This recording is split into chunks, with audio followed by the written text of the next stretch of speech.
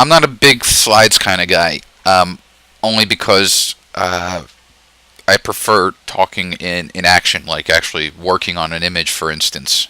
But I wanted to kind of put some context around this series. I call this series onOne Takes On. And the reason for this was I would get questions from attendees or just from users. They would email me, or when we would be talking at various expos, and they would say, well, I'm trying to figure out what the right effect is or what's the right thing to do to my image. And it's something that is very, very hard. I struggle with it because I'm the last person that should tell anyone what's right for their images. That's the thing about vision, and there are certain amazing photographers out there like David Duchemin and Chris Orwig who are just the authorities in this industry, and have written such beautiful books on vision with photography. And it's something that really jives with me, it resonates with me, and I thought, what would be cool is I'm lucky. I'm a very lucky person because I know a lot of very talented photographers. Some of them are good friends of mine. Some of them I just knew through this role at onOne Software. But what I wanted to do was compare. I asked these contacts of mine and my friends, can you give me an image of yours, and I'm going to work on it on the webinar in my own vision, because vision is subjective. When I look at an image, what appeals to me in terms of the actual composition and framing will strike certain things in my imagination that could be totally different than what might strike you. The output can be totally different. The path can be totally different, and the finish line can be totally different. And that's one of the greatest things about photography. You can take what you can do is you can take the same image straight out of camera and come up with totally different results, and all the results can have equally amazing merit. Now I have here this third kind of bullet of often wavering.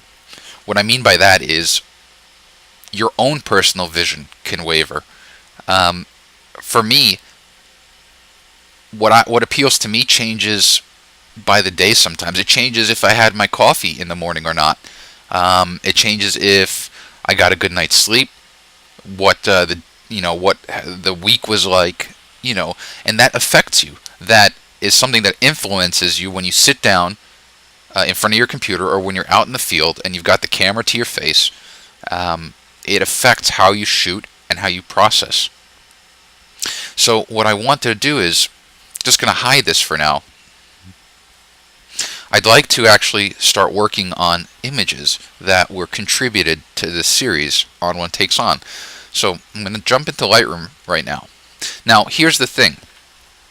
I have these images. Today we're going to be doing 3 images. We have another encore in a couple of weeks, I think on the 22nd of July, where we'll be using other images by other contributors. Now, today we're going to be working with images submitted by my friends Heath O'Fee, Jacques Goudet, and Jesse Pafundi. Each in their own respect are brilliant photographers. I'm lucky to know them. I'm lucky to see how they've developed as photographers. And they were kind enough to give me their work. Now, here's how it's going to work. I have images from them. I'm going to work on them. I'll work on them as if they were my own images. And they also processed these images in their own vision and provided me with a final copy, of which I have not seen yet. I haven't even looked at these images. I have not, other than these thumbnails, I did not look at them because I did not want to be biased. And I didn't look at their final images because I didn't want to be biased as well. This is something that's 100% true, because I want to be as authentic as possible about this. So what I'm hoping that you will be able to illustrate differences in vision, so that when you go out, you realize that all of what you do, unless you're being paid by a client, really should be for yourself. Photography is one of those funny things that it's simultaneously a very selfish, but also a very kind of selfless thing. Um, when I take a picture, forget about when you take a picture. When I take a picture, I take it for myself. When I process it for myself. Whatever it is that I like, that's what I go for, not what you like. Unfortunately, and I don't mean to sound callous, but what you like means nothing to me in terms of taking the image and processing it. Now, once it's done and I share it, your opinion, of course, is the world to me. You know, I am so thankful and grateful for when people share their opinions of my shots, both good and bad, in terms of constructive criticism. But when I'm actually shooting, and this is the distinction that I want to make, when I'm shooting and when I'm processing, I'm not thinking about you. I'm only thinking about myself because it's my image. When it's done and I share it, now it's an image that I get to share with everyone, and now I open the floodgates for, feedback. So that's something that I really would like for you guys to, and girls, to pick up. I think a lot of times we process to our peers. We share the images before they're done. What do you think of this? And there's merit to that in terms of trying to grow, but don't get wrapped up in it. Like if someone says, hey, like let's look at this image here, and for instance, I can see right off the bat, the horizon is slightly off. That's to me a technical issue. Happens to me all the time because when I'm in the field, a lot of times the tripod is not level, even though I have my little hot shoe level, my spirit level. But whatever, I know I can. It's a minor crop that will not affect the overall composition. So that's something that if I finish this image and I didn't catch on that, that would be a feedback I would give to someone if they were asking. But I would, if I share an image and someone's like, well, I don't really like how blue you made the sky. Irrelevant. That's a stylistic choice, and it's something that I would go with because it appealed to me. So let's go on. Enough of me yammering. This first image looks like it's a series of images. Was taken by my buddy Heath O'Fee. I assume this is in Canada. He recently went on a trip with two other friends of mine around the Rockies, and so we can see here 3 brackets. This is the highlight bracket exposing for the highlights. This is the midtone exposing for the majority of the scene, and then this is the shadow bracket exposing for the darker images. So let's go here. I'll just use Photomatics just to tone map it, because this, if brackets are provided to me, it leads me to believe that this should be tone mapped. So we're gonna just send it through my export module, and I got to tell you, I am so pumped looking at the my iPad essentially mimicking what I do. If any of you are out there and you decided to try it, let me know if you're having the same kind of positive experience, because that's something that I really want to broadcast.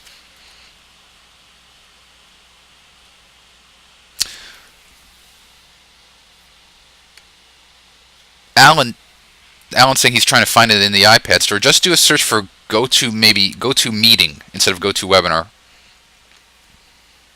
Okay, so I see what Heath did. Okay, I think I see what Heath did. So you see what's happening here in Photomatics.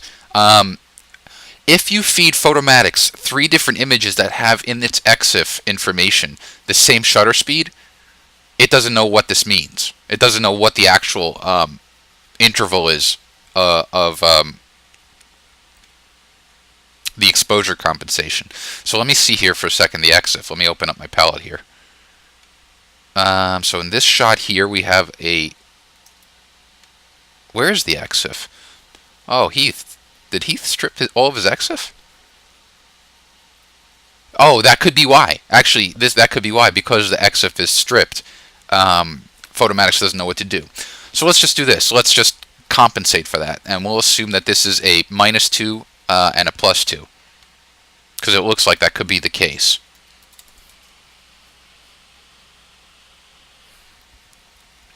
Okay, let's try this one more time.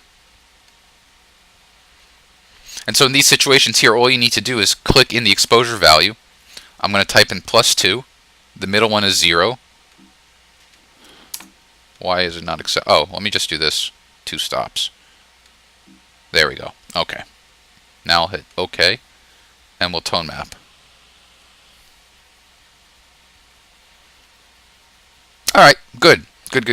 So let's fit this to screen. And right off the bat, we're looking pretty good.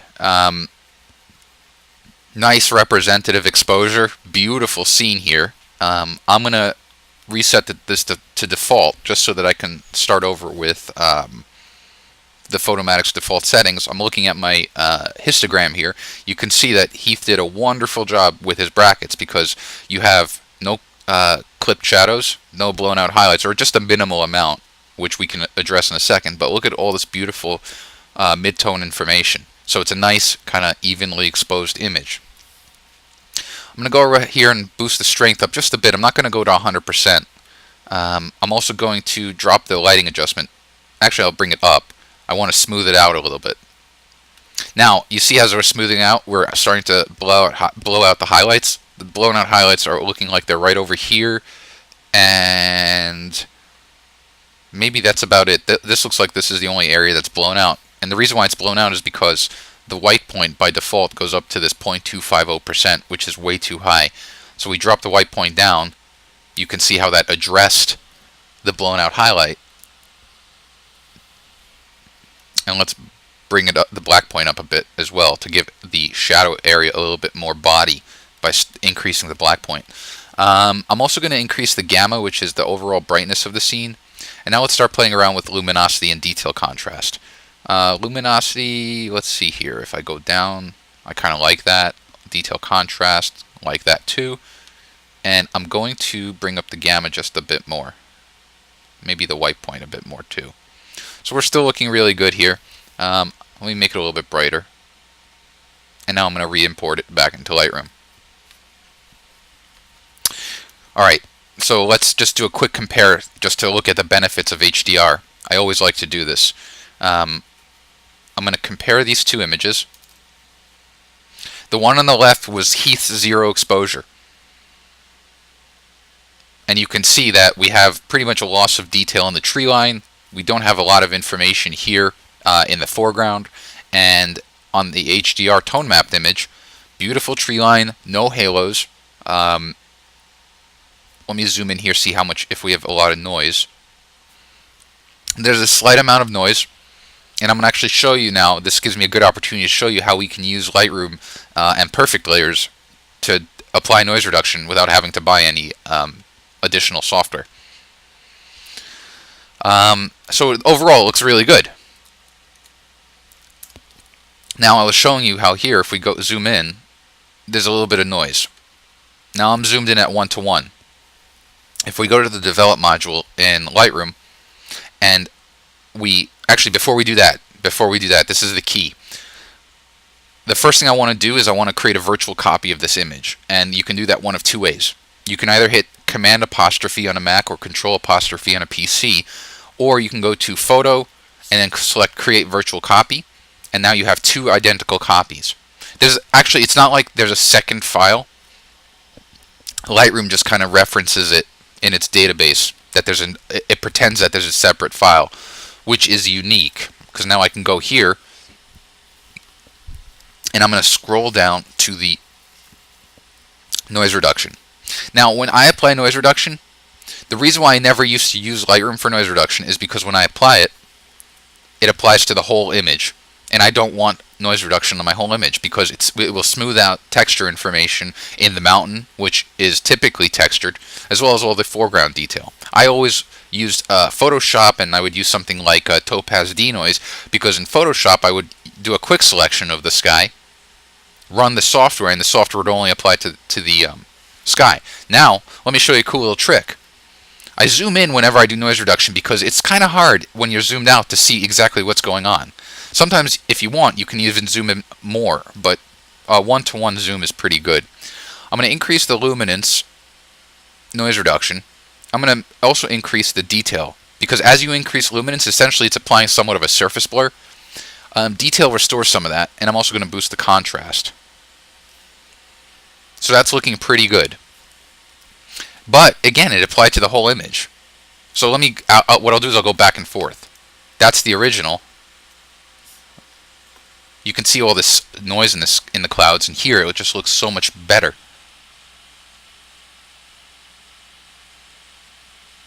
Skip, you're getting audio but not video on your iPad. That I don't know. Why? It's looking good on mine. I don't know enough about the product yet to troubleshoot it. Try rejoining. Okay. So let's zoom out and we'll go to the grid. So now I have my original image and my noise reduction image. I'll select both of them and I'm going to go to perfect layers.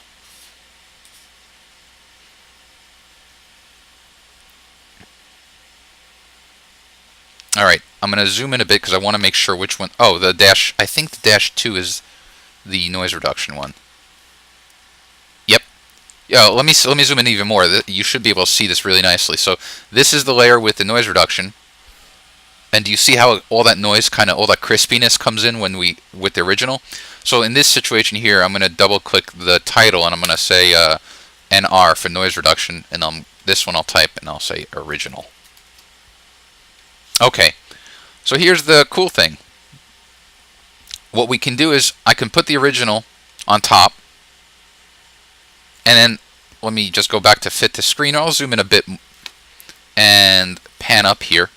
And all I need to do is take my masking brush, bring my opacity up to 100, make the brush nice and fat, and just paint out. I'm making sure I'm set to paint out, and now I'm essentially just controlling where that noise reduction is applied. And I can also go to my show mask and do an overlay, and that's going to just show me exactly where I'm missing. You see how I'm missing certain areas, so it gives me a good idea of what I need to compensate. And I'm not too worried that I'm feathering into the mountain. Well, here I might. I'm going to change to paint in here, drop my brush size, and paint in some of that original layer. And when I'm done, I'm just going to go to File and then Save. Close out of perfect layers, and that is right here. Now we have a PSD file that has the best of both worlds. So, oh, Alan's saying that you can only log in with one. Yeah, not to cut away, but if you're logged in with your PC or your Mac to this session and you want to log in with the iPad, use a different email address. Just make something up. It doesn't really matter. That's what I did. Alright, let's send this to Photoshop. And let's stylize it. Now this is the fun part. Because I don't know what Heath did. I have no idea. So one thing I want to show you really quickly again with perfect layers, it's fully Photoshop compatible. You have the two layers that I had with the mask and the titles. Everything is basically transferred over. I'm going to go now and I'm going to launch Photo Tools. I love Photo Tools. Love it, love it, love it. Now, you may notice that the image is kind of small here. I did that because I actually lowered the resolution of my display. Some people found it hard to see the screen because I was running at full resolution. So I felt, to be fair, I'll drop the resolution, and what I can do as we're editing is I can just hit none with as I apply each effect, and I'll show you a better representation. Okay, so when I look at an image, this is how I work. When I look at an image, I break the elements down. I see that there's a nice blue sky with blue reflection. I see that there is, it looks like there's a warm light on the rock face of the mountain, and I see foliage, this kind of, I don't know what it is. Let me zoom in. Yeah, it's just like tree branches. So what I'm going to do here is, the first thing I'm going to do is I'm going to attack the tree branches. I want to pop those out. I also want to pop the tree line over here, and there's a great effect in stylized effects called pastel colors that I use a lot. I'm going to select pastel colors and click add to stack. Now, again, let's drop them to none, and you can see, look at the area here in the foreground and look at the tree line as I go back to forth. See how it just kind of gets dull and faded, but it gets really, really vibrant. So I'm going to keep it pretty strong. Now, Actually, I'll bring it to 100%. What I'm going to do is I'm going to invert the mask. By inverting the mask under the masking palette, it hides the effect. It doesn't remove it, it just hides it. What I'm free to do now is take my masking brush, and instead of painting out, I'm going to paint in and choose where I want the effect applied. And I'm just going to, paint on the area here in the foreground. I'll drop the opacity of the brush a little bit and paint in here because I don't want it to be too strong in these random areas. I'll bring the opacity back up and I'm going to paint it in the tree line back here. So I'm choosing exactly where the pastel color effect gets applied.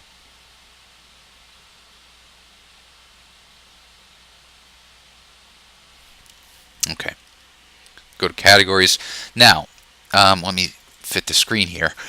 The next thing I want to do is I want to add some warmth to the mountain. And anyone who knows me well enough knows that that means I'm going to apply golden hour enhancer. So I'm going to hit add to stack. And again, let's drop to 0 and pay attention to what it's doing. Now, in this case here, I love what it's doing to the whole image. I thought maybe I was going to invert it and just paint it on the mountain, but I actually like what it's doing to the sky. The last thing I want to do is I do want to cool off the sky a bit. So I might try Cyberpunk. I'm not sure if Cyberpunk's going to be a bit too harsh for this beautiful nature scene, but let's just see. We'll add it to the stack, and it is actually kind of cool. I'm going to drop it down, and I'm going to bring it up a bit. I do like that. Except, again, I'm going to invert the mask, and now, again, I'm going to paint in just the sky. So I'm just going to apply it exactly where I want it. And I'm going to show my mask to make sure that I didn't miss anything. I'm going to turn off. Right now I have my Wacom tablet. I'm using an Intuos 4 controlling the opacity of the brush. I'm going to turn that off because I just want 100% of it to be masked through. I'm going to drop the opacity of the brush now pretty low. I'm going to paint it in the water because water is reflective, and so I want the cooler tone from the blue of Cyberpunk to come through. And so I'm just painting in a few times, and now there's a nice kind of even reflection.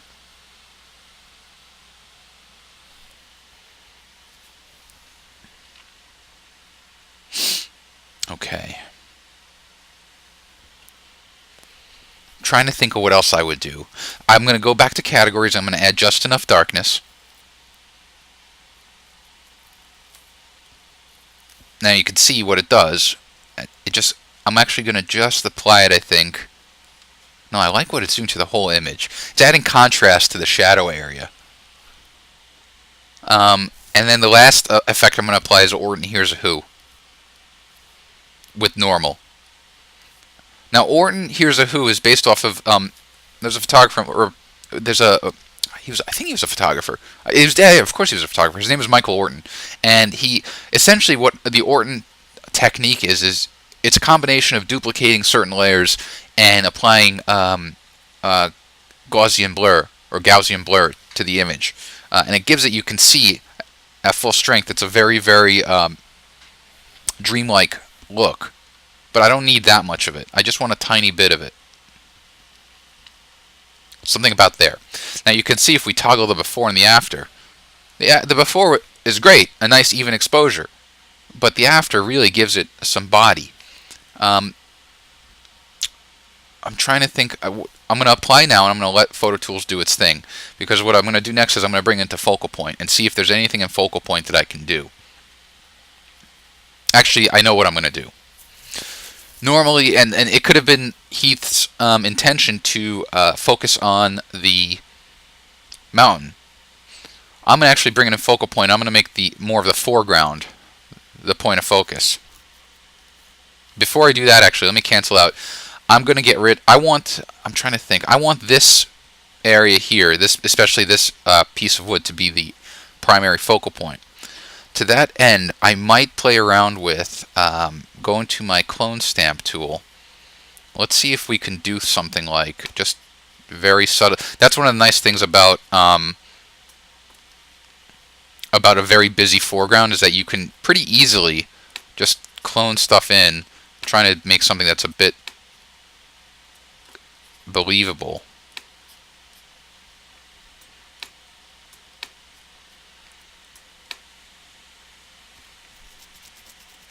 This is fine, and I'll show you why this is fine. Because when we go into focal point, we're going to blur that foreground out a slight bit. I'm going to reset everything here. And you can see here's focal point. Round bug. By default, anything inside the bug is in focus. Anything outside of the bug is out of focus. And so I'm going to change the shape from round to planar over here on the right because I don't want it to be a kind of a selective spot focus. Actually, let me first put it on the mountain range just to see. Nah, it's kind of, I don't like it too much. I'm going to put it here in the foreground, and I'm going to tilt the plane of focus by putting the cursor in the body of the bug and pressing the Option key on a Mac, Alt key on a PC, in the body and dragging upward. Okay. Now, what I'm going to do is I'm going to drop the amount of blur significantly, like way down. I never, or I shouldn't say never, I very rarely am above 10% in the amount. I might even go even lower. That's looking pretty good. I'm going to drop the brightness and boost the contrast of the background to give it a little bit more drama. And I'm going to boost the highlight bloom, which will brighten up the highlight areas of the image.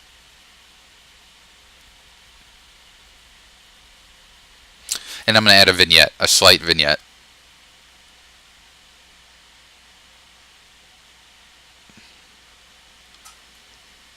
I'm going to actually drop the amount of blur down even more, maybe to 4. I don't know if you guys knew this, but you can click on these numbers here if you don't want to use the slider, and just type in a value. That's looking pretty good. 5. Let's try 5. That's better. Okay.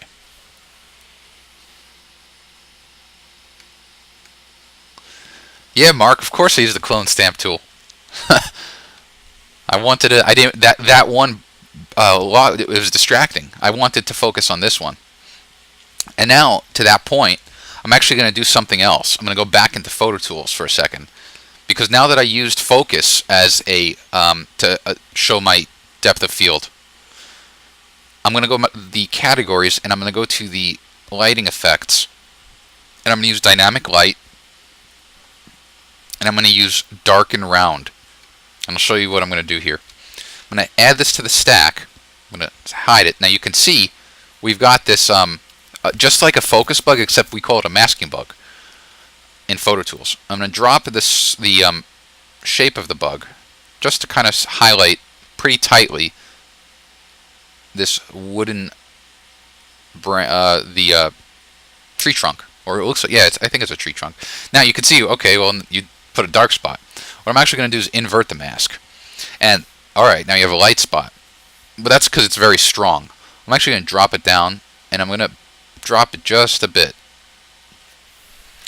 It's so subtle that you almost don't even tell. But if you want, you can use your masking brush at a very low opacity and paint in that darkness, even lower, just around. If you want to tighten that up, you can kind of just tighten that up. But what you see here is the branch stands out even more. And I can darken this up even more if I want and just paint in some of that darkness to match the overall tone. But it really pops. Mark's saying that there are some landscape photographers that would kill me for using the clone stamp tool. That's why I do it for me. I totally hear what you're saying, Mark. I totally do. But I'm not them. And actually, I'm not even Heath. This isn't my shot. But you know what I mean. You shoot for yourself. And unless that landscape photographer is paying you for, maybe he or she uses you for to do their editing, which is, people do that. They outsource the post processing. Then I can see, but otherwise, this is for me, baby. What do you do, Mark? Do you use the clone stamp? or do you want to kill me? Okay, now I'm pretty much done in Photoshop. I'm going to go to File, Save, and I'm going to update the image. So there it is. Now, I mentioned at the beginning that one of the things I noticed was that the horizon was off. I don't change that stuff until the very end because I usually want to process the image, get it stylized before I fix any of this stuff. So I'm going to go here. I'm going to rotate this slightly just to get the horizon straight. And I'm also actually going to crop it in. This left corner here is very distracting to me. So I'm going to crop that down until it's out of view. And I'm going to hit. And to me, I might actually bring it even closer to the foreground and bring this to the that wooden branch is more of an anchor. See, that looks pretty cool to me. In hindsight, I might have cropped out this this horizontal beam, but I do like how it's creating lines up and over. Something I'm very, very conscientious of, or I try to be. Now we'll do some finer edits in Lightroom in terms of I might boost the contrast a bit more. I'm definitely going to bring some fill light in, and I'm going to go down to clarity, increase that a bit, and then go to the highlights here. And I want to increase the highlights just a bit to make it just pop. And there we go. That's my version. So let's go ahead. I'm going to hide Lightroom for a second, and I want to go to the folder with the images. So let's go to Heath. Alright, so here's Heath's image. It's zipped up. And I'm going to bring it into Lightroom right now. Actually, all I need to do is synchronize the folder, I think. Yep. Alright, cool. So I'm going to put, here's my image, here's Heath's image. Let's compare them. So right off the bat, I can see Heath fixed his horizon. Excellent. And I love what Heath did. Heath went with a little bit more of a desaturated look. He also kept the entire shot in focus from the foreground through the background. Now, I can tell you unequivocally, I love this shot.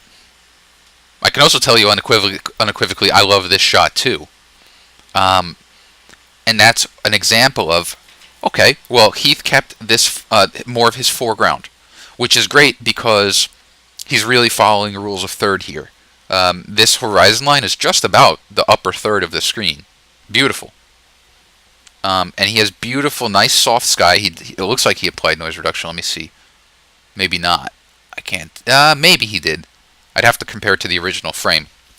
But I love what he did here. I love the kind of muted warmth here, and it just everything works. Which is better? You see, that's a question that I think really, it's a question that shouldn't be asked, because everyone will have a different answer, and there doesn't have to be an answer to begin with. And if a question doesn't need an answer to it, there's no point in asking it, in my opinion, because you're just kind of filibustering. So this is the first example of how vision can drastically differ. I was contemplating going black and white. The reason why I didn't was Heath gave me such a beautiful amount of color in his images. I felt it would be a shame to squander it. Alright. So Heath, thank you for that. I actually invited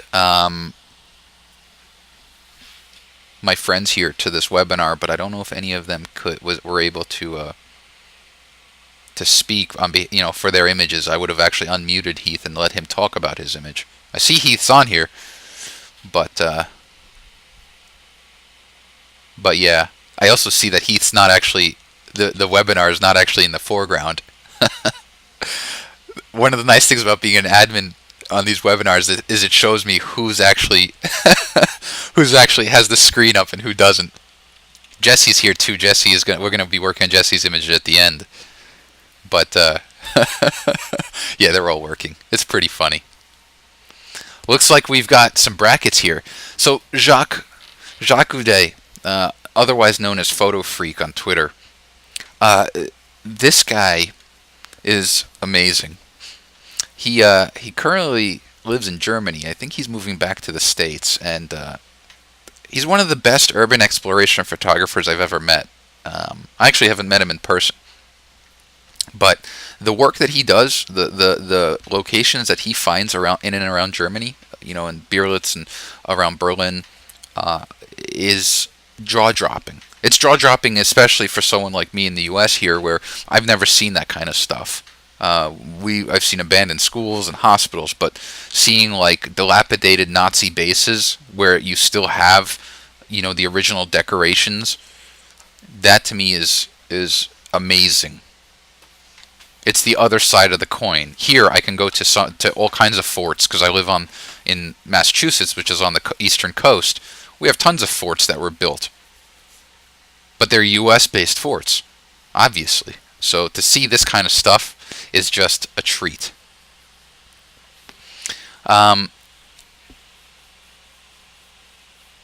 Yeah, Joel is saying that there's lots of urban decay in eastern Germany. It's a dream of mine to go shoot there, but I just don't have the time. So clearly, Jacques wanted us to tone map this. So we'll go through the brackets really quickly. Beautiful job of providing us with highlight information. And as we go through, we've got midtone, and now we're getting shadows. Let's go ahead and send all this through to Photomatics. Just send it here to my Photomatics plugin. Reduce chromatic aberration and -HDRX. Okay.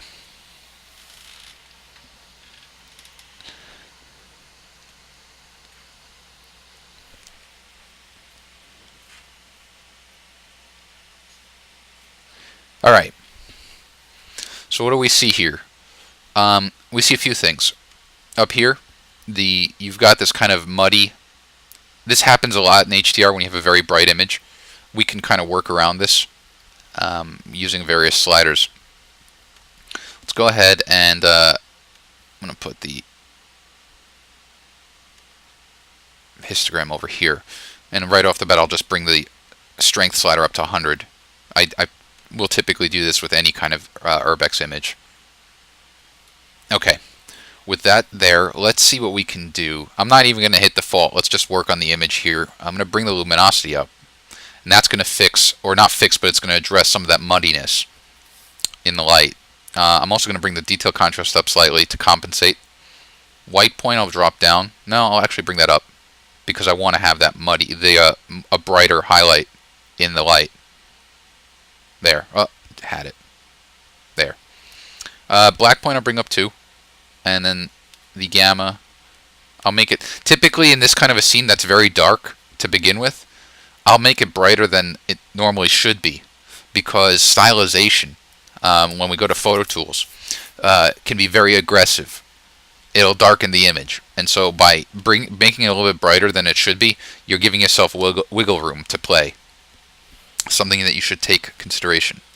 What about white balance? It's a great question, Mark. I don't know if Jacques did any white balancing off a color checker passport or a standard gray card. In this situation, I'm not concerned about it because I'm actually going to play off of without a doubt, I'm playing off of the warm tones versus the cool tones. So I'm going to bias the white balance regardless. But I totally agree with what you're saying. I try to always start with a white balanced neutral image.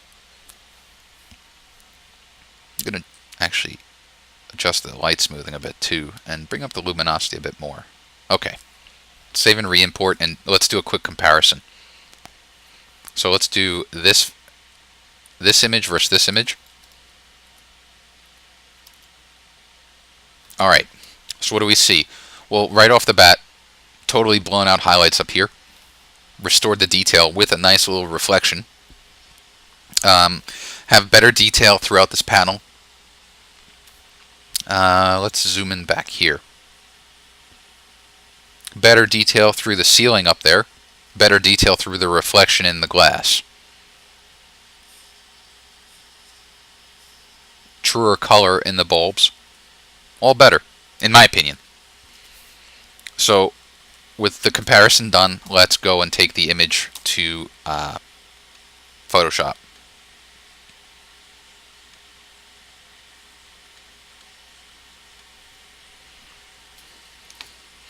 And we'll go to Photo Tools right off the bat. So this to me is like a playground.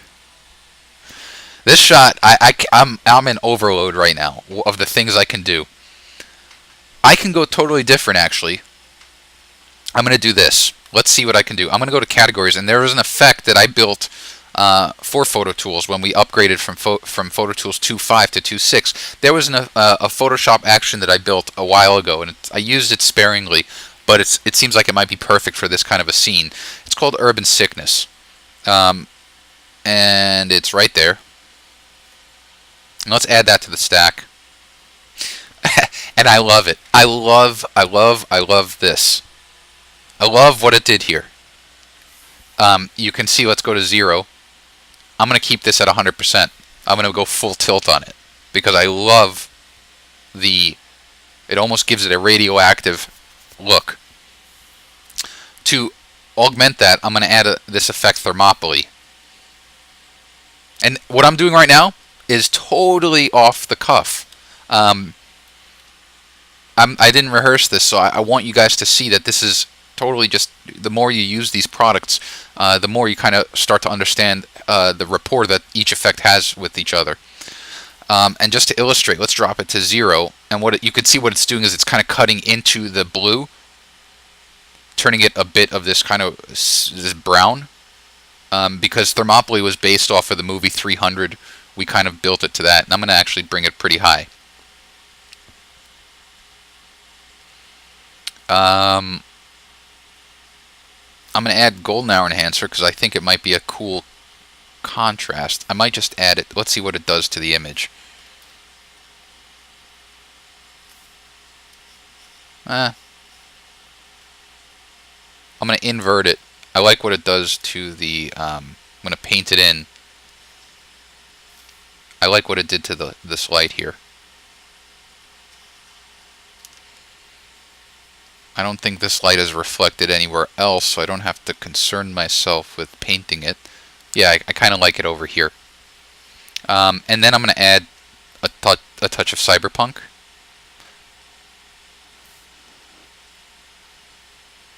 Let me see what this does. Yeah, just a tiny bit. I'm going to paint it out of this light.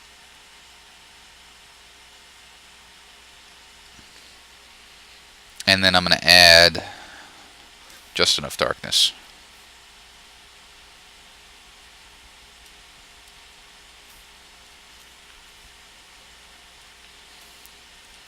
Oh yeah. This is just looking positively gross. What a cool scene. Great shot. Great shot using a huge portion of this panel as your foreground. Natural lines lead you of the buttons. Actually, that just made me realize what I'm going to do with the buttons. But you have all these repeating patterns that force your eye to go through the frame. The buttons go through, these little meters go through, and then the windows go through. You also have these lines contrasting. So when you're looking at it, this becomes the intended focal point. Just a superb job by Jacques. Let's see, is there anything else I want to do here? No.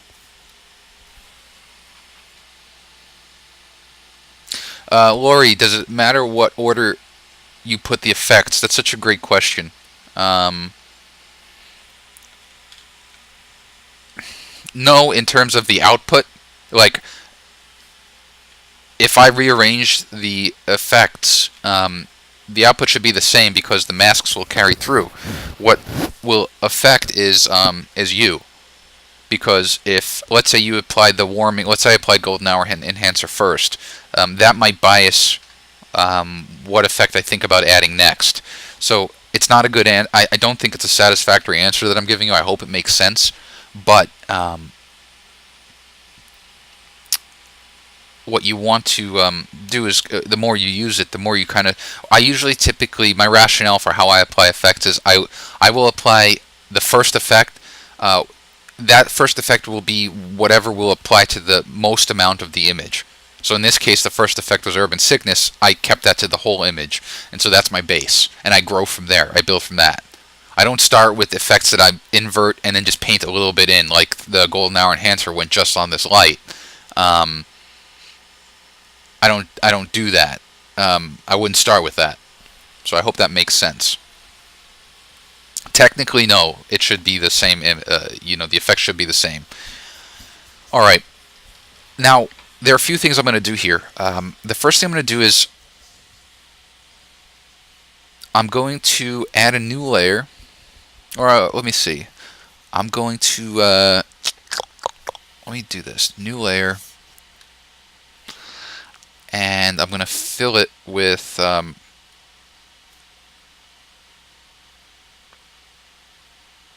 overlay. Fill with neutral gray. Hit OK. This becomes my dodge and burn layer now. By doing this neutral gray, I'm going to go to my paintbrush, and I'm going to select white as my foreground, and I'm going to bring the opacity of my brush down to about 13%. And what I can do here is I can paint on the little white buttons. And if you think that this is nitpicking, good, because this is the kind of stuff Douglas Dubler, just a jaw-dropping, amazing photographer, has a kind of a famous quote, and I'm paraphrasing it, but basically he says, if what I'm doing here increases the quality of my image by even 2%, that's probably 2% more than what most other people would do. So right off the bat, you should be able to see that what I'm doing is I'm just using this overlay with gray. I'm using this as a dodge and burn layer. So painting in white will brighten anything, and painting in black will darken. So I'm going to actually paint white. You see how the dials here are getting brighter? I want them to guide you through the frame. And this is something that sometimes people will ask, how long does it take you to process an image? And it depends, because something like this can easily take, 45 minutes to an hour, depending on how much you want to do. And you see how you're just kind of painting in each of these little areas. I'm not going to apply a focal point here because I do love the whole image. Oh no, you know what? Let's just try it. Let's just see. I'm going to stamp this layer by going to Layer, Merge Visible, and then pressing and holding the Option key on a Mac or the Alt key on a PC. And that creates a snapshot of all visible layers onto its own new layer here. Let's go to focal point. Let's just see. I'm not committing to it, but let's reset this. Let's put the bug in the corner here, and I'm going to change the bug from round to planar. I'm going to put it in on a slight angle, and then I'm also going to tilt it to match to be parallel to the foreground. You know what? Actually, this is pretty cool. I kind of like this a lot. I'm going to make it really close there. I'm going to drop the feathering a bit, and I'm going to drop the blur amount to about maybe 8. A little bit higher. 10. No, 9. I'm going to bring the optical quality, which will kind of restore some texture in the foreground, and I'm going to go to show my mask for a second. I'm showing my mask, and I want to illustrate this to you because when you tilt your plane of focus, sometimes in the foreground you're actually going to introduce some blur, so you want to be very careful. To compensate for that, just select your focus brush. I'm going to bring it to 100%. I'm going to turn off the opacity control. I'm just going to paint that in so that the entire foreground's in focus. I'm going to hide the mask. Now I'm good there. I can also drop the blur, just like I did before, or drop the brightness of the background. The brightness and contrast over here under options only affects the out of focus area. It won't actually darken the in focus. The reason for that is the way the eye reacts to an image, it reacts to two things primarily: sharpness and light or brightness. So by darkening the out of focus area and increasing contrast, the in focus area still remains brighter. So this is how you use brightness and contrast in focal point. I'm going to increase highlight bloom because when we bring this area out of focus, it introduces these little dials of specular highlights. And so watch them kind of get brighter. Now because I actually used my dodge and burn layer, they look even brighter. Little things like that start to pay back in dividends. I'm also going to take my focus brush, set it to paint opacity, and use the Wacom Controls opacity. I'm going to bring it down to about 30%. And I'm just going to paint in a big swatch on these lights. And what I'm doing is I'm restoring focus in a very small increment, because I don't want them to be totally out of focus. That's about good right there. I'll hit apply. Let me make sure I don't have a vignette. Good, I don't. Okay, so I didn't think I would use focal point, but in the end I actually do like it. Now what I'm going to do is I'm going to go to my adjustments palette in Photoshop. You can get to this palette by going to Window and then going to Adjustments. And I'm going to add a levels adjustment. The levels adjustment, it looks like a histogram with your white point, midpoint, and black point. And I'm actually going to bring white point up a bit to increase the where the white point starts. Drop the black point down to give it some moodiness. I'm going to bring up the midtones a tiny bit. So to see the difference, here's the adjustment layer. You see how what it does is it just pops the shadows a little bit. So now I'm done here. I'm done with this image. I'm going to go to save. And here's the image. This was the this was the tone mapped image. And that's the original image. So original, tone mapped, stylized. Let's go ahead and hide this. Let's go to Jacques' folder. Under control, there's his image. Let's synchronize the folder.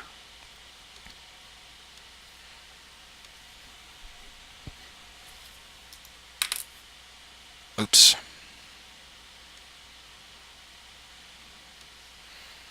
Okay, Jacques' image. Well, I'll do mine on the left, Jacques on the right. Compare. I'm actually excited for this. I want to see the differences. Okay. So Jacques actually went ahead and maintained a lot of the original color, it looks like, in the panels.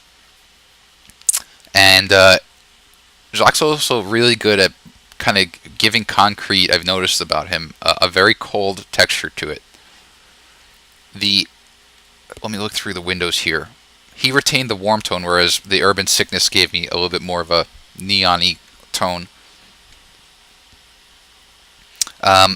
And what it looks like, what Jacques, in my opinion, what Jacques is doing here is he's using color primarily as one of the identifiers to draw your eye through the frame, because this palette, the panel over here, is much more saturated than the surrounding area of the concrete or the windows. Actually, the windows also kind of helps draw through.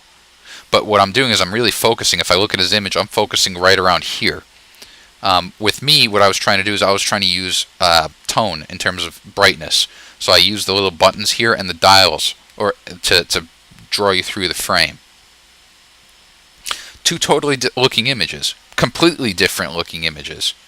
Both are awesome. I shouldn't say that. I mean, I love Jacques.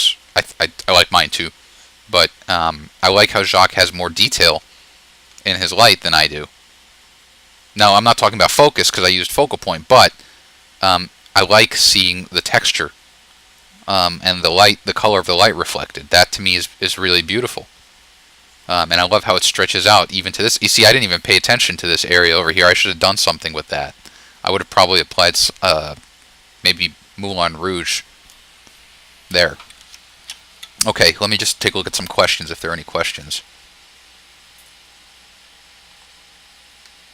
Does Jacques use photo tools for this image? I don't know. Jacques uses is a power user of I know Nick color effects. I don't know if he uses silver effects all that much, but he definitely loves color effects, and he uses our products as well too. So I don't know. I wonder if Jacques is here. No, I don't see him. Okay, that's not a big deal. Yeah, Tapas, this is recorded for sure. Mark makes a good point. I kind of like Mark's comment is he says that mine is more expressive and Jacques is more real in quotations. I agree with Mark 100% here. What Jacques did was and this is my opinion. I'm totally kind of opining on this, but Jacques accentuated the what the scene gave him in his own style, because you could see how a lot of the original colors are still represented. And what I think I did was I definitely took it on a different path. Not for any reason, but I guarantee you, if I took this shot without ever seeing, like, if this was my shot, this is the direction I would have gone. That's just how I work. I don't know if I ever would. Maybe I would. Maybe if, like I said, I didn't have a cup of coffee in the morning, which you probably don't want to be on a webinar with me when I don't have a cup of coffee. But that's neither here nor there. The point is, this is exactly what I was hoping for to achieve. So let's go ahead. Yeah, Glenn's saying that it appears that in Jacques' image the ceiling and the floors look black and white. I think I agree with you there, Glenn. I do. It's almost a complete lack of color. Like, not a desaturation, but it almost looks like a black and white conversion. And actually, I want to see if there's any sloppy masking. Basically what would happen is you'd have to either mask in or mask out the black and white layer. And it looks pretty good. See, if I were Jacques, if this was my image, if I were Jacques, I would retain the color in this fuse box, because you can see it's got nice color over there. Oh yeah. Wait, that's kind of a reflection maybe, but that does look a little bit right there, Jacques. I'll have to ask you about that later.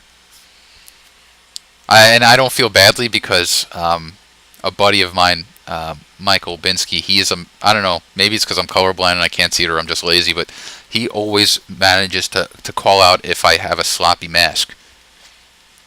So I don't know if that was intentional or not. I'm going with the fact that it wasn't. But there you go. Always,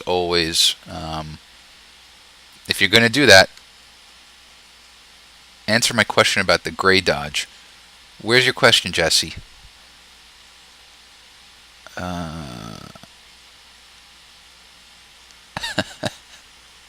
Oh, I've got a lot of my buddies on here today. Look at that. Bob's here. That's cool. All right, let's go on to Jesse's image. Jesse, I don't see your question. Why wouldn't you use that instead of a dodge tool? That's a great question. Primarily, so if I can go back to Photoshop, let me show and find, or I'll open the original PSD in Photoshop. Oh, I saved it as a TIFF. That's fine. Oops.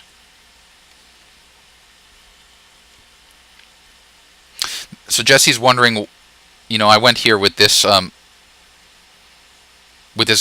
Why am I using it instead of a dodge and burn? Primarily because, one, it helps me visualize. So let me see if I can do this. How do you... I guess I can zoom in. Here, I'll do this. Let me take a screen grab of that. And let me hide this. Drag it here. Open it and zoom in.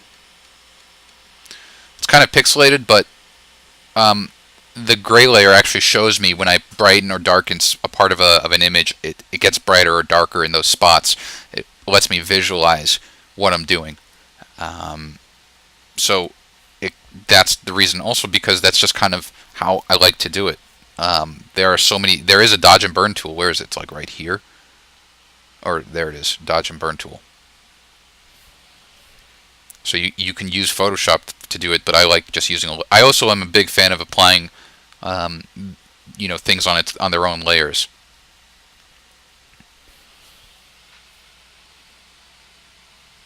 Oh, it's Heath's question, I guess.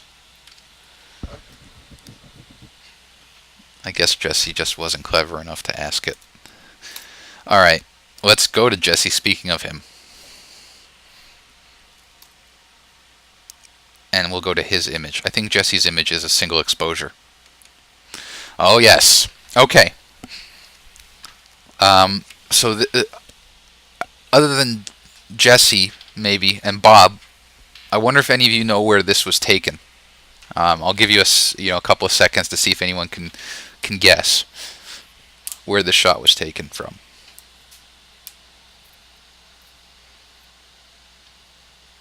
No one? Okay, I'll show you really quickly before we start. I'm going to do a Google search for Grand Central Terminal. And we'll go to images. Where's a good exterior? Actually, this image will work. You see that clock up here? That's actually where the image was taken. We were given a private tour of certain areas of Grand Central Terminal that are, for the most part, off limits to general tourists and pedestrians. And in this clock is actually absolutely massive and requires you to climb up a ladder that I think is one of the shadiest ladders I've ever climbed up. But a panel right above the 6 o'clock marker opens up, and your view is essentially right down through here. And so it's Grand Central Terminal, New York, in New York City, in Manhattan. Yeah, Brian, it doesn't. You don't count. People who actually were here with when we were shooting, they don't count. So, all right. I like what Jesse did here. I actually have the same shot, except I just did head on. I just, my shot, the horizon is straight. I actually like this. Rotating, depending on who you talk to, some people get more ornery about people who rotate their shots than others. I find it to be really good because it conveys motion. And, this is a very busy street. So what I'm going to do is I'm going to send this out to Photoshop.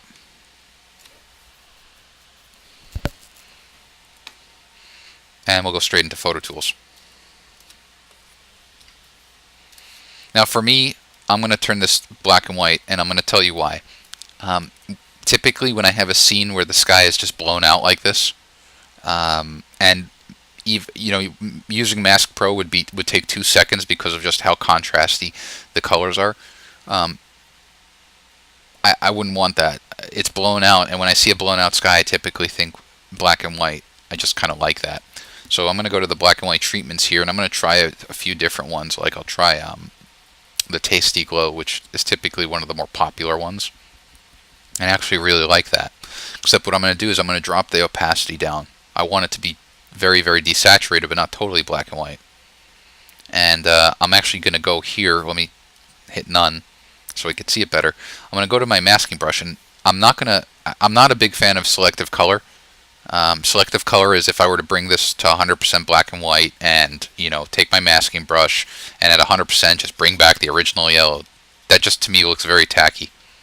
I'm not a fan of that too much.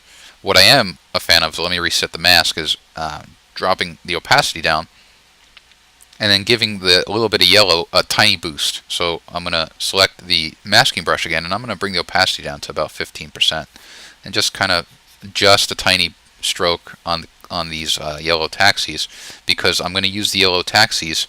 Actually, these taxis I'm going to paint out, or I'm going to paint in at 100%. I want these to be totally desaturated. I want just these lines. Let me paint it out, rather paint it back in here. Just the taxis on the street. I want the taxis to draw your eye through the frame. So I'm gonna exploit the yellow of the taxis. So I'm going to drop this down again to about 15% and just a little bit more. I can't tell if that's a taxi. Jesse lucked out here, in my opinion. that there are so many taxis in a row, that's absolutely wonderful because it really does a nice job. Now what I'm going to do is, there's no question I'm going to use focal point here. What we're going to do is we're going to recreate a tilted shot with a tilt shift lens to give it a kind of a miniature toy model look. Not even a question. The reason why is because that is best when the toy model look, the best implementations of it are when you have a vantage point that is above your horizon. If Jesse was standing on the street here, it wouldn't be nearly as effective, which is why all the best miniature world shots of using a tilt shift lens, you always notice how they're above their subjects. Okay, let's see what else we'll do here. Let's fit this to screen. I might add blue on Leonidas, just a little bit of it, under the stylized effects. I just want to see what it does.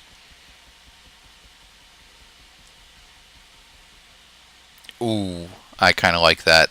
I'm going to drop it down though.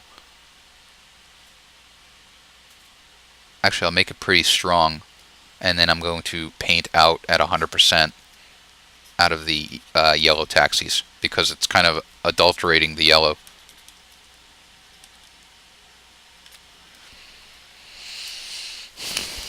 And then I might do kind of what I did before. Let's do that. I'm going to go to my lighting effects, go to the dynamic light, and this time I'm going to do dark and planar, not dark and round. Hide this. Where's my bug? There it is. I'm going to make it here. I'm going to invert it. And I'm going to make it pretty strong, actually. So what we're doing here is we're absolutely crushing it with this main artery. I'm totally in love with this shot right now. I love what it looks like. It kind of reminds me of a cross between Inception and The Matrix with the overall color scheme. I'm probably not going to toy with it right now anymore. I'm going to hit apply, and let me see if there are any questions. Blue Dawn Leonidas sometimes can be a hog on the computer, so I'm going to... Oh, Jesse says it was inspired by Inception. Awesome.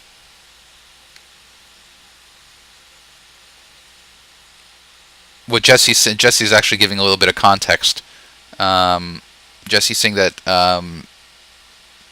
the tilt was influenced by Inception, going for the dream is collapsing look. And Jesse actually posted that, I guess, to his blog today.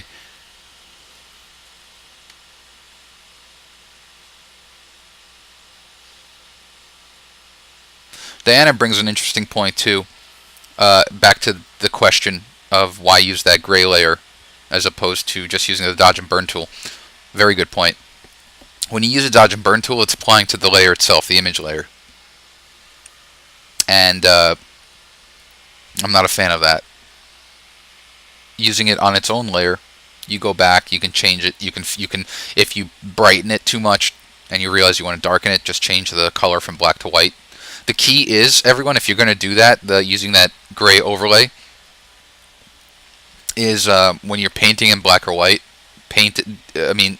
You saw how I started about 13%. Anything higher, and it'll really brighten your image.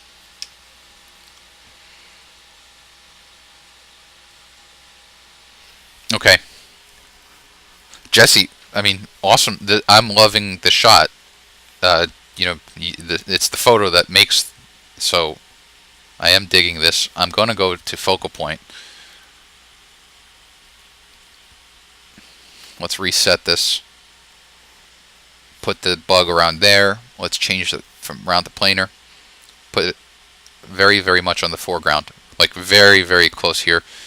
Tilt the bug. Again, cursor in the body. And then press and hold the Option or Alt key. Tilt it significantly. Oh, this is going to definitely work for me.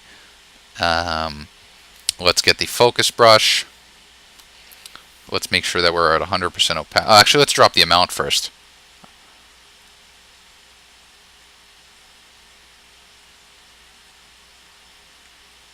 And boost the optical quality. And then let's get the focus brush set at 100%. Wacom controls opacity is fine. And then just paint this in.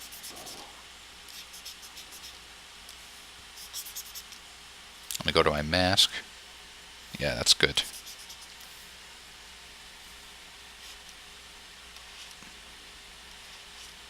Okay. Let's see if we need to drop the brightness a bit.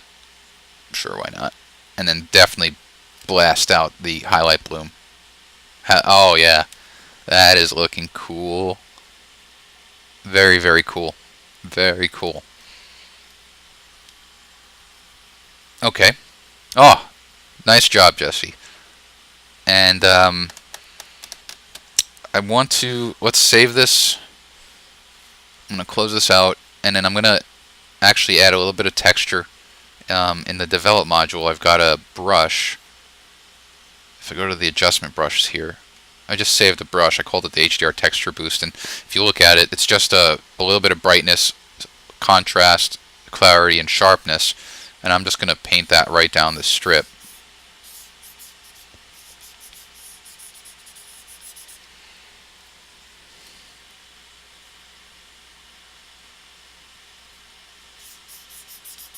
If you hover over the dot, it'll show you your mask.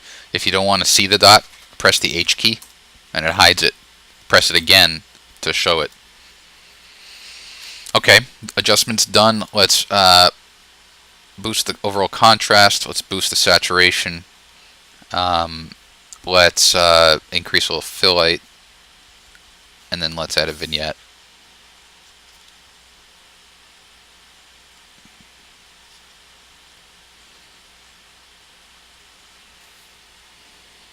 There we go. Okay. I don't remember if Jesse actually sent me his final. Let me see. Yep, cool. I know Jesse posted it to his blog, and at the end of this, I'm going to show you guys their websites, because if you thought that these images were good, you'll trust me, these guys have plenty more. Okay, Lightroom. And then let's synchronize.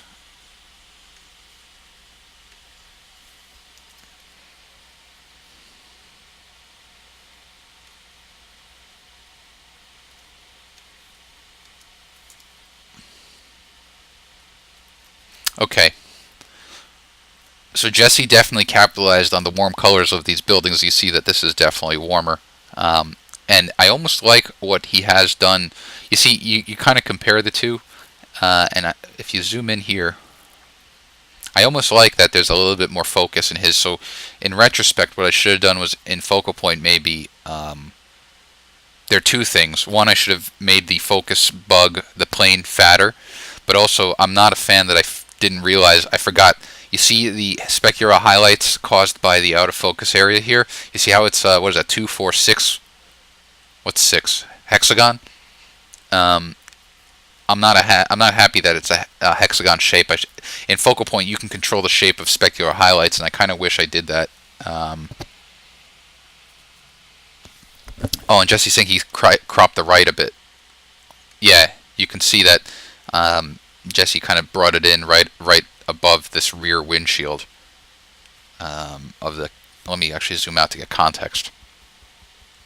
Yeah. Like in this image, what I like about this image is I like this little bit of highlight that you see here, because we're contrasting it heavily with shadows. Looks like the sun was shining right over there. But I also like that you can see these side streets a little bit. Jesse still did contrast the main avenue. The main avenue here is definitely brighter, which I'm a big fan of. So again, two totally different, same shot, two totally different outcomes.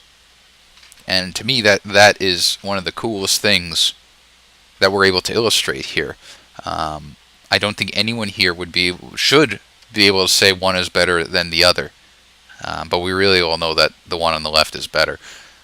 But in truth, it's style, it's vision. You can't say that my vision is any better than yours. It just doesn't work like that. If it appeals to you, that's really all that matters. As long as you can be honest to yourself that what you're doing appeals to your own taste, doesn't matter what anyone else thinks. Unless you're being paid, then then everything matters. So let me see if there are any questions here. Are there any questions? Oh, Robert's saying, is this Dutch tilt? I think so. It does have it. I think so. Let me actually, just to be sure, let's go to lights out mode and let's do a search for Dutch tilt.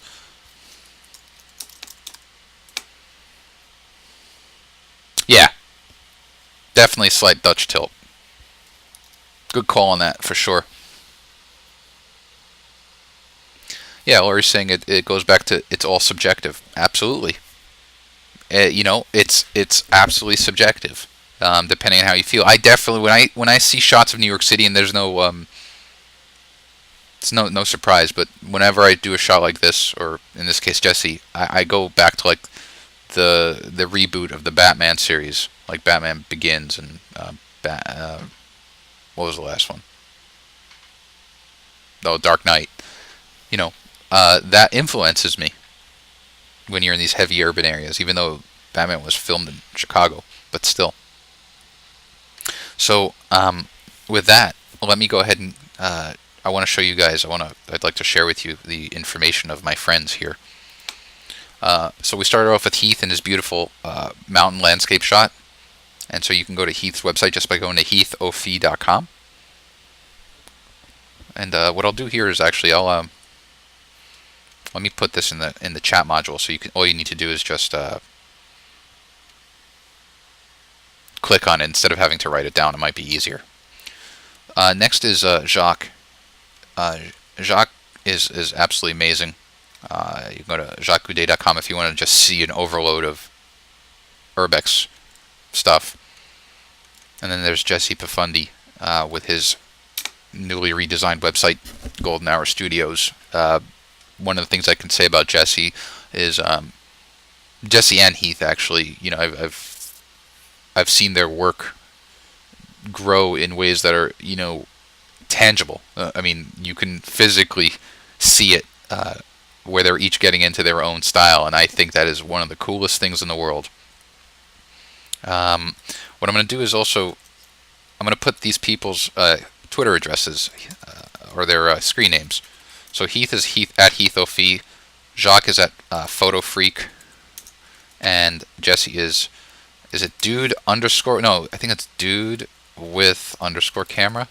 Jesse, confirm with me if you got it. Yeah. Oh, dude underscore. Good. It could just be Jesse Pafundi, but why not? So these are their 3 Twitter accounts. They're very active on Twitter, and I want to thank them truly for giving me some of their images. I know that that's something that can be kind of weird for a photographer, to let another photographer work on their images, but it really helped me help you guys illustrate the differences of vision.